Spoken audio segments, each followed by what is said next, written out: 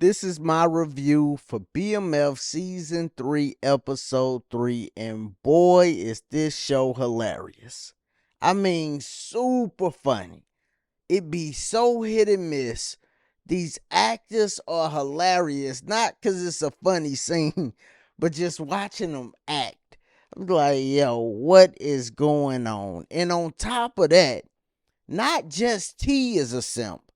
Meech is being a simp too. I can't believe Meech done took this girl Angel from Greedy and he done took her back to the house he just bought. Out of all the spots he could have took her, this is where he takes her. I get it. She a cute girl, but she's a stripper, fool. And she had to be in on you getting set up the first time. When Greedy set you up, she was in on it. You done wrapped your arm around her and walked her to your new spot. So once that get hit up, will you then finally register? Like, hey, maybe she's in on stuff.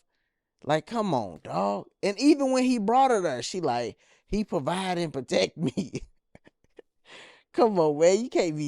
You can't take no whore and try to put her in the house and clean her up and all that. Now, if you met her in the strip club, dog, that's where she's supposed to stay. But I can't believe they got both of them sipping out.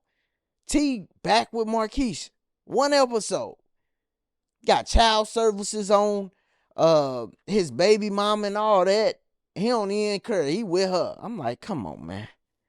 I wonder if the real Meech and T know they got them like how they got them in this show. This stuff is crazy, man. Now, besides that craziness, you also had 2Chainz doing the worst acting job ever, dog. Salute the Titty Boy, though. Come on, man. That's Titty Boy. So, I ain't trying to be too disrespectful. That's Titty Boy 2Chainz. I don't give money. I'm duffel bag boy 2Chainz.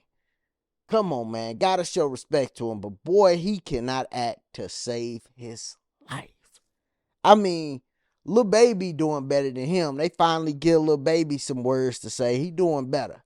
But golly, they putting a lot more on 2Chainz though than they doing on Lil Baby. Lil Baby just saying a couple words. They actually got 2Chainz interacting. I mean, when he got robbed and he ran out the door, I'm like, oh God, it's so unbelievable. And then when he left the crew, and best believe he gonna come back around and be trying to do something to Meech. But when he left the crew, God, them was horrible scenes, man. I mean, god awful. The only thing that surprised me more than that was the Tupac scene, dog. I'm like, yo, come on. But I get it. They got Luke, they got Tupac, Jack the Rapper, big fight with Miami. They introducing St. Louis. Salute to them for doing that. And y'all seen Players Club. You remember, there was a bunch of cities in there. They had Chi-Town, Bernie Mac. They had New York. They had a bunch of different. You don't mess with St. Louis. All right, so they finally introducing St. Louis. It's going to be some people. Maybe Meech going to actually come to the Lou. That'll be dope. But, man, they are cutting these shows. And I think this one going to be the next one. I'm going to make a video about that, though. Because we know what's going on with Power Book 2. I'm going to make a video about which one I think going to be the next show that they going to cut. But while all this going on, you also had Charles and Meech really building this episode. That was probably the best part about this episode. The relationship between a son and his father. I mean, this was dope. And you could see how everything was so much better when Charles was working. I mean, everything was good. The house looked so good when they show young Meech and young T at a point. I know it was like some other episodes where they was cold in the house and stuff, but you could see it was a family environment and it's still been a family environment, but it was just better when they showed him and Charles at the beginning. And then they showed Charles coming down to ATL. He need Charles to sign on his house. And that moment when they had in the car, that was special. This is why I say it be so hit and miss, man. It be like great scenes and then scenes that ain't so good, right? So this was a great scene. Another great scene was when Detective Bryant was making the drop for the chick and they got hit up by Hoops and the other dude.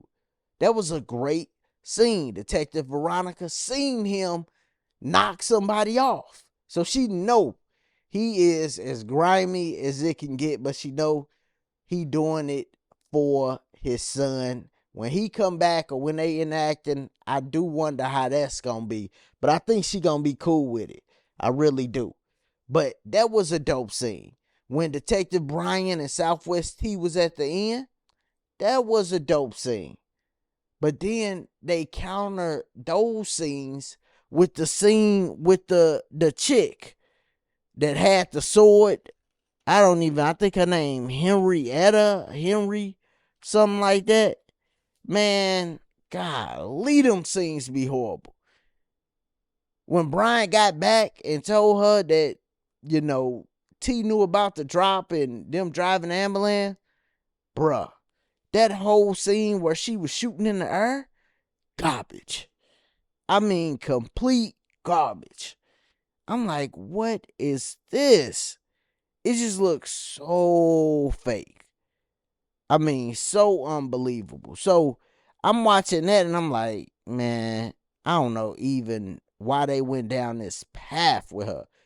And then on top of that, she most likely just gonna be somebody they gonna knock off by the end of this season. She's just like the bad person for this season. Remember, each season they knock off a bad person. They create a big bad person and then they knock them off. So those scenes, complete garbage.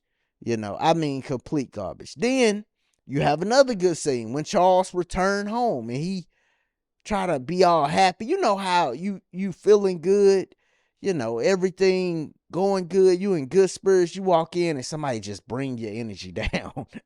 That's how Lucille did Charles, man, because he was feeling good. Walk in, dancing. He like, man, I'm trying to get my wifey back. She just down, bad move. She done learned about T and his situation with the child services, so she just in a bad mood, and plus she ain't trying to deal with him anyway. But Charles found that check. So he know, oh man, somebody trying to really, really get my wife. And what make it even more crazy, I love that they had the scene in there with her cousin just egging her on. She trying to be a lady. Her cousin like, nah, you need to live. And this the thing that be the worst. It's always chicks pressuring or influencing other chicks to do some dumb shit. Like straight up, man. Like consistently this type of stuff happen. So I like that they had that in there, man. But all in all, just a hit and miss episode for me. Just straight hit and miss. Now, if this your first time here, make sure you subscribe to the channel. Check out the other content. Click that like button. We got some more videos coming this weekend for sure. But also, let me know what you thought about this episode down in the comments. And as always, y'all be easy. Be safe. Peace.